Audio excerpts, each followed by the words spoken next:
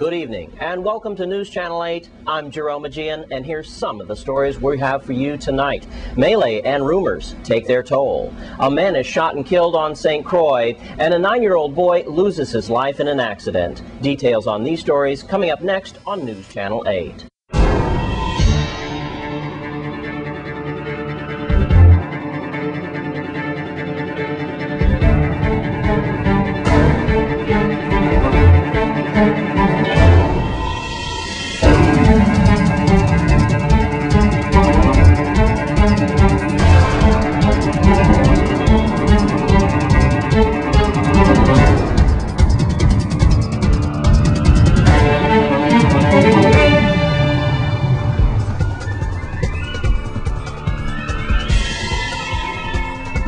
In our top story tonight, someone has started a vicious rumor about St. Croix's Dr. Wilbert Williams. They falsely reported that he had committed suicide over the weekend. News Channel 8's Wes Small has the rest of the story. Usually we don't deal with rumors at News Channel 8, but today it's very important. Ever since this reporter got to work, we were inundated by phone calls about the death of Dr. Wilbert Williams, the fact that he took his own life this weekend.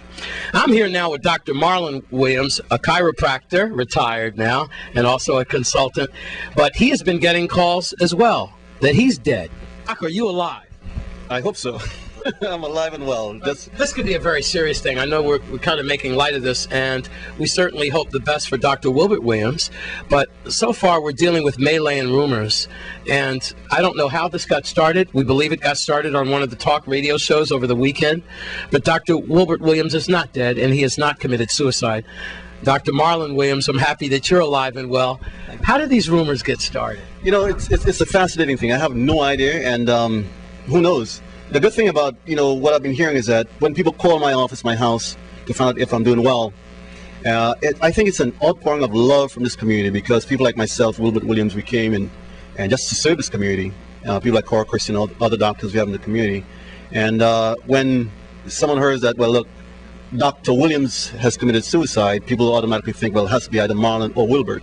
So my phone was ringing off the hook all day Sunday, all day Saturday, and even this morning, my office also.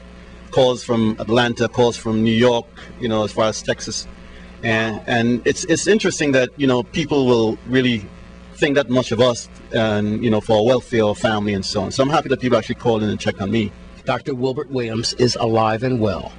I'm Wes Small for News Channel 8. Thanks, Wes. And a tragic story occurred over the weekend on St. Thomas as a 9-year-old boy fell out of a pickup truck while it was moving. His grandfather was driving. News Channel 8's Lee Carl files the report. The boy fatally injured as he fell off a truck. He was sitting on a toolbox, and as the car made a turn in this general area, he fell to the ground and later died of injuries. The young boy was identified as Rashawn Sanderson. He was 9. One of the 3 minors was sitting on the top of the toolbox in the back of that pickup, driven by their grandfather. A 42-year-old man was also in the back of the truck. And as the truck, which was going east, around the corner, Rashawn slid off the toolbox and off the side of the truck and struck his head on the roadway. He was taken by ambulance to the Snyder Hospital, where he later died. In a statement by the police department Commissioner Designee Novel Francis, he sent his condolences to the family and said it's very sad to know that this innocent boy had to die due to the highlighted risk his parents and guardians take when they place their children in the backs of moving pickup trucks. And he said in the release after he was taken there, the risk of passengers riding in the back of pickup trucks spotlighted, as I mentioned, at the Senate last week in a bill that was passed to hopefully cut down the number of people who ride in the back of pickup trucks. Over the weekend, a man was shot and killed in a State Harvey project on St. Croix. News Channel 8's Wes Small reports. We're on the road to Harvey Project, and I'm standing right in the spot where at 11:45 on Friday, 41-year-old George Centron met his demise.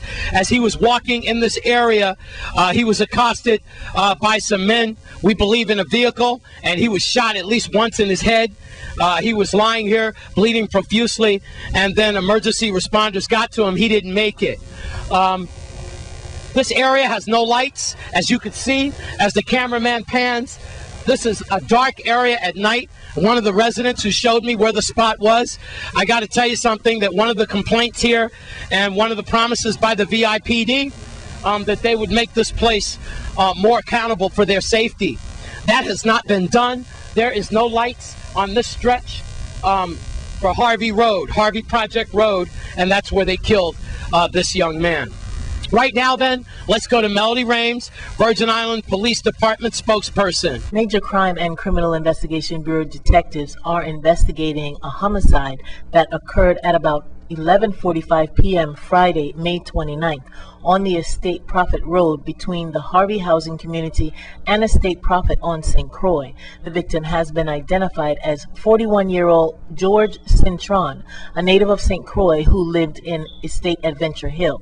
According to the preliminary report, police said Cintron was with friends in the area and decided to walk to the store. He was later approached by an unknown suspect and shot once in his upper body. Witnesses told police they saw a vehicle speed away from the scene.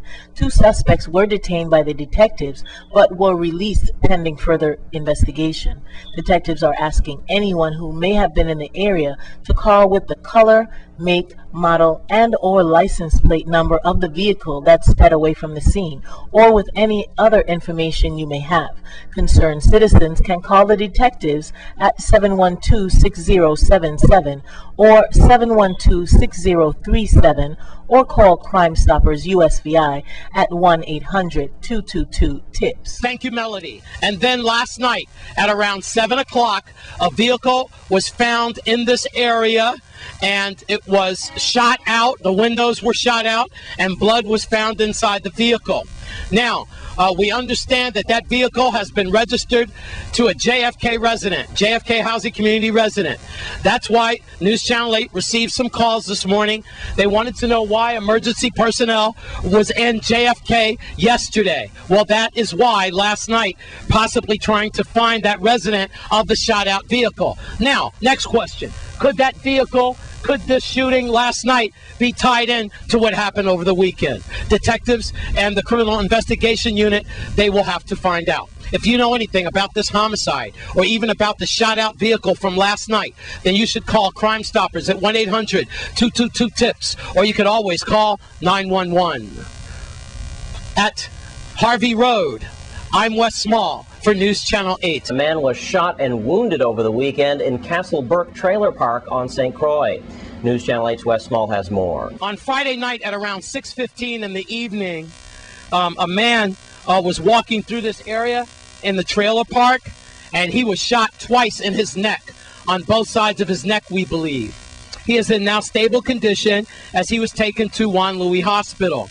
Apparently, the victim got into an altercation, some type of argument with individuals about a bandana. That's right, about colors. Whether or not that victim had the bandana on, or the suspects had the bandana on, or someone that he argued with had a bandana on, we're still looking into that. But we do know that a vehicle drove by this person and shot the victim.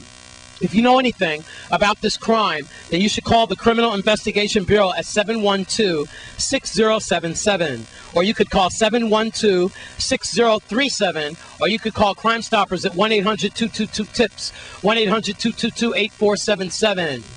That's all we know. Individual in stable condition, Friday night, shot around 6:15 over an argument about a bandana. In Castle Burke, I'm Wes Small for News Channel 8. Thanks, Wes. And we have more news after the break. Stay with us on News Channel 8.